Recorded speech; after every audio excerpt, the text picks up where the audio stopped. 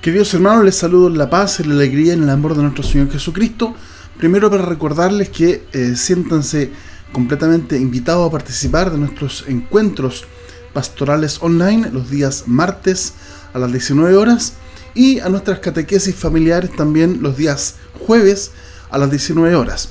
En los encuentros hablamos temas de teología relacionada con el domingo, ¿cierto? Explicamos el Evangelio o alguna cosa relevante del domingo, y los días jueves estamos haciendo un ciclo de catequesis para la familia, para los niños, para los papás, de tal forma que podamos aprender todas aquellas cosas simples de nuestra iglesia ortodoxa, nuestra práctica de ortodoxo, ¿cierto?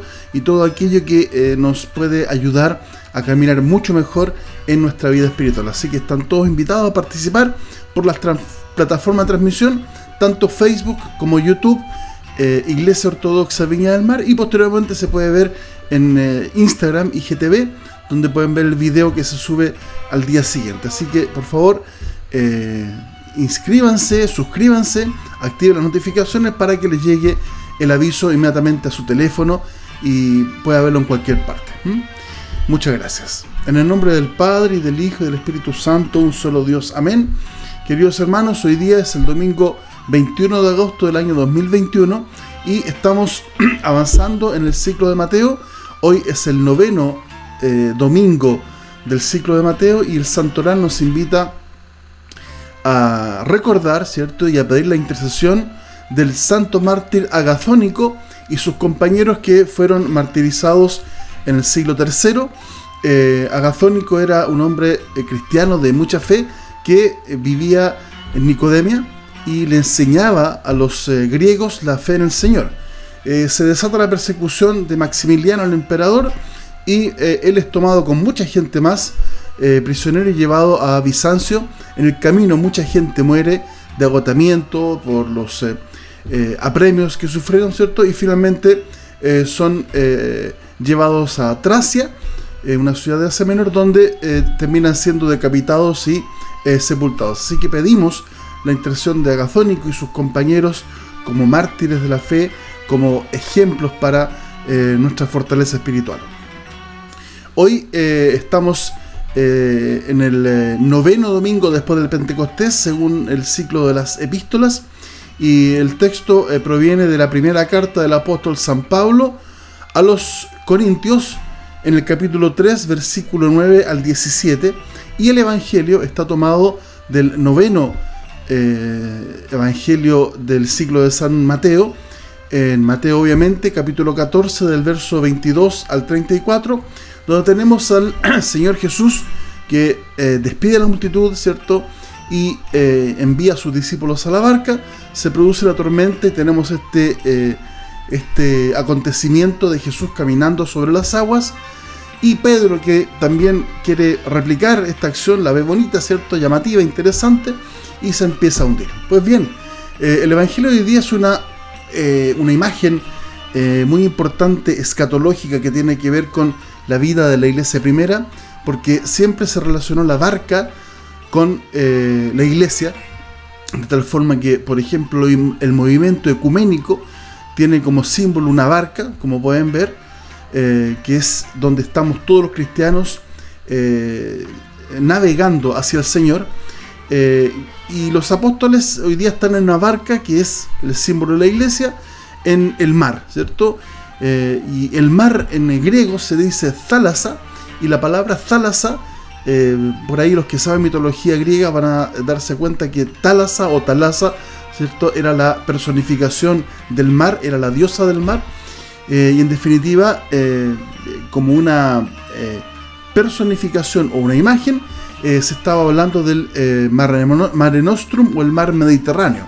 Entonces la imagen se empieza a configurar desde el punto de vista de la iconografía, es decir, aquí el evangelista nos está dibujando un icono de la primera iglesia en presencia de la barca con los discípulos, es decir, la primera iglesia que está navegando en el mar, en el Mediterráneo, que es el mar romano, si ustedes quieren, de tal forma que comienza todo este periplo, este avance de la iglesia por el medio del paganismo y la persecución.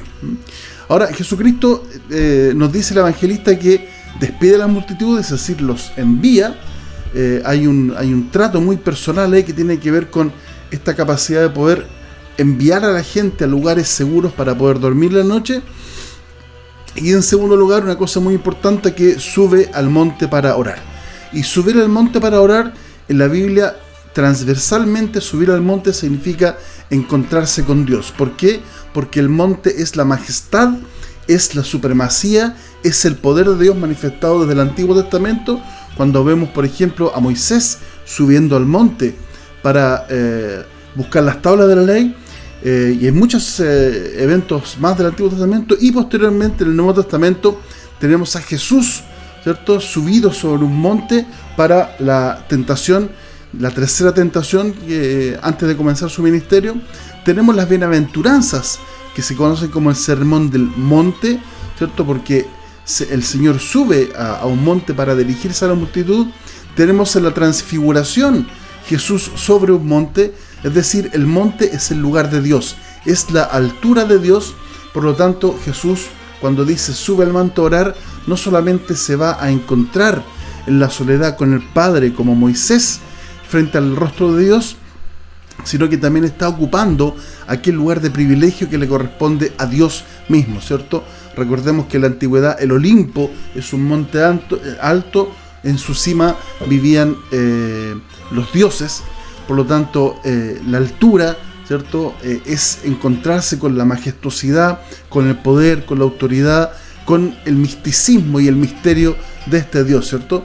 Y finalmente, cuando baja, Jesús, ¿cierto?, se pone a caminar con el mar, porque estaba embravecido el mar. Y aquí hay una imagen muy importante de la persecución, la iglesia en persecución, la iglesia en zozobra, la iglesia siendo violentada por las autoridades romanas. Y esto trasladando un poco del tiempo de Jesús a los primeros siglos, 3 primeros siglos de vida cristiana, producto del cual tenemos el recuerdo de los santos, que domingo a domingo estamos recordando santos y mártires, como hoy día Agazónico.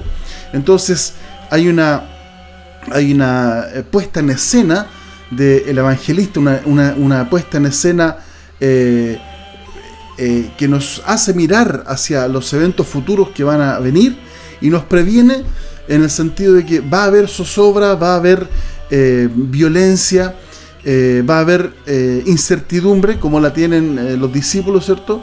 Y en definitiva ocurre esto de que caminar por el mar es caminar por este pasillo angosto de la estrechez y el testimonio que tenemos que dar sobre nuestro Señor Jesucristo en nuestra vida diaria.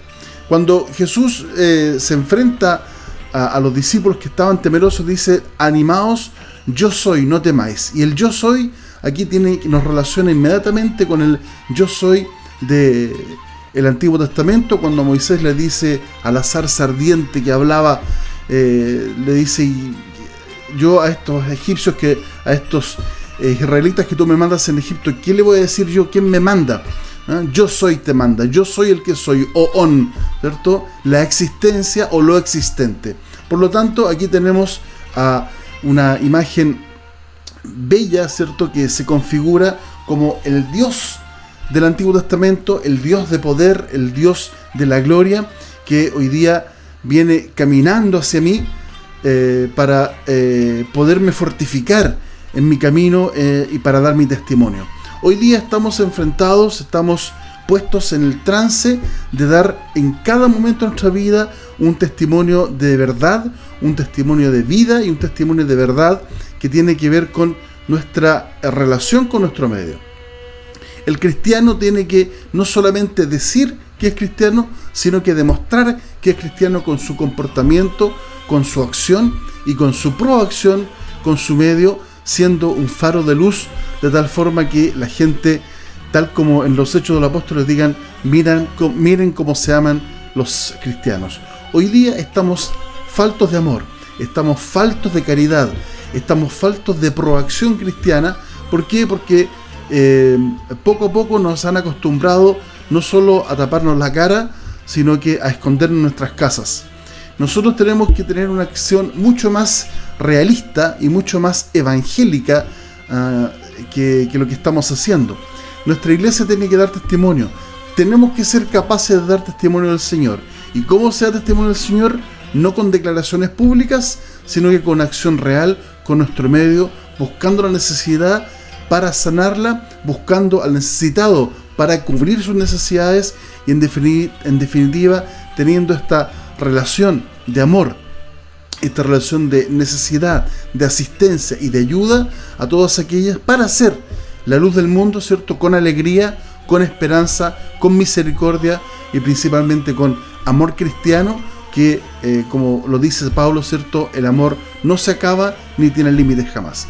Así que aprendamos del Señor, ¿cierto? Y tomemos su ejemplo de amor perfecto, de amor grande, de amor supremo, que es capaz de traspasar los límites de aquello que es la ley, de aquello que es la letra, para llevarnos al Espíritu de verdad, de tal forma que sea el Espíritu de Dios, el Espíritu Santo quien nos guíe, nos ilumine y nos conduzca por caminos de salvación y de vida eterna.